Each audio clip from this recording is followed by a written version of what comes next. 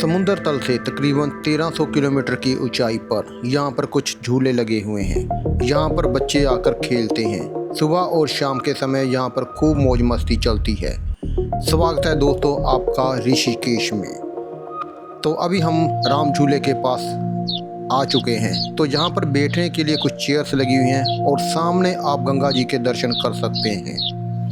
यहाँ पर प्रति सेकंड 50 क्यूबिक के आधार पर यहाँ पर पानी यहाँ से निकल कर जाता है। और रात के समय में यहाँ पर इतने अच्छे यहाँ पर लैंप्स लगे हुए हैं और बैठने के लिए आपको यहाँ पर चेयर्स भी मिली हुई हैं। तकरीबन 1 सेकंड में 50 क्यूबिक के करीब यहाँ से पानी जाता है। पूरी दिल्ली को अगर डुबोना हो तो वो 5 मिनट में डूब जाएगी। इतना पानी यहाँ से गंगा जी का बहकर चला जाता है।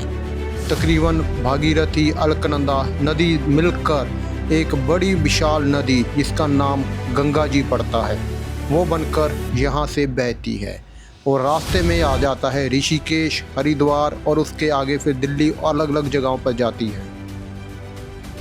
तो यहाँ पर मिलते हैं जी, यहाँ पर आपको कटे हुए फल, खीरे हो गए, तरबूज हो गए, पाइनएप्पल्स हो गए, 30 रुपये की ये प्लेट देते हैं।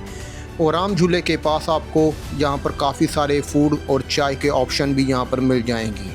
वैसे ज़्यादातर मज़ा यहाँ पर सुबह और शाम के समय में ही आता है और यहाँ पर कुछ फॉरेनर्स भी आपको यहाँ पर देखने को मिल जाएंगे। बहुत मज़ा आता है यहाँ पर जब फॉरेनर्स हमारे यहाँ पर ऋषिकेश में घूमने के लिए आते हैं।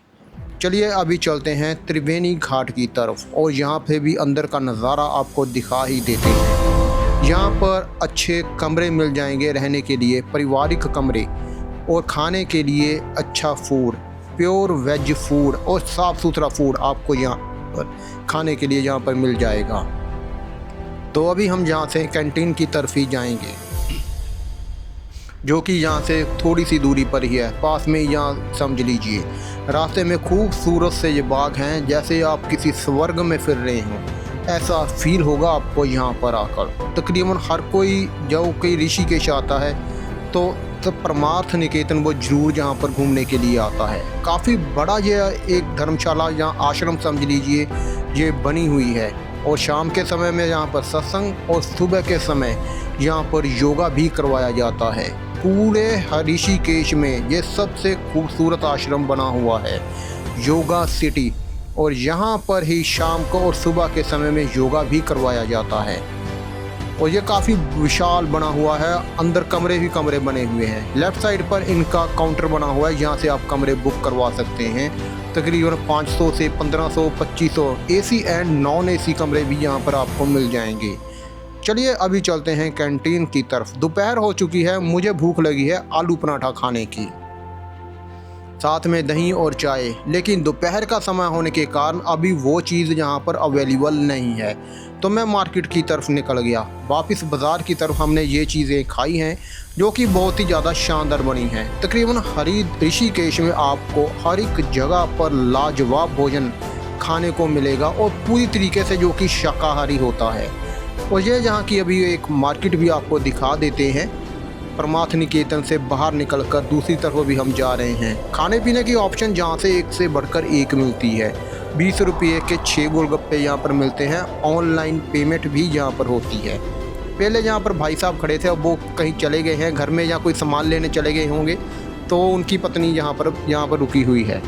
तकरीबन काफ़ी बड़ी बड़ी मार्केट्स यहाँ पर लगती हैं। अभी और आपको सारे का सारा ये एक्सप्लोर करा कर चलेंगे रास्ते में क्या क्या चीज़ें हैं। तो अगर आप ऋषिकेश आने का प्लान बना रहे हैं तो ज़रूर आइए। यहाँ पर मौसम बहुत ही ज़्यादा शानदार बना हुआ है और कभी कभी यहाँ पर बारिश भी अभी हो रही है। तकरीबन बादल वगैरह और ठंडी हवाएं अभी आपको यहाँ पर फील होंगी। और कभी कभी गंगा जी का स्तर भी बढ़ जाता है जब पीछे डैम से ये जल स्तर काफ़ी छोड़ देते हैं। तो अभी चलते हैं जानकी सेतु की तरफ और एक भाई साहब ये आ रहे हैं, ये भी यहाँ पर यही चीज़ें खिला रहे हैं। ये पुल के ऊपर से निकलकर दूसरी तरफ जा रहे हैं, जानकी सेतु क्रॉस कर रहे हैं। और ये एक भाई साहब बेलपुरी वाले। तो खाने पीने की चीज़ों के लिए इसी पुल का लोगों को सहारा लेना पड़ता है।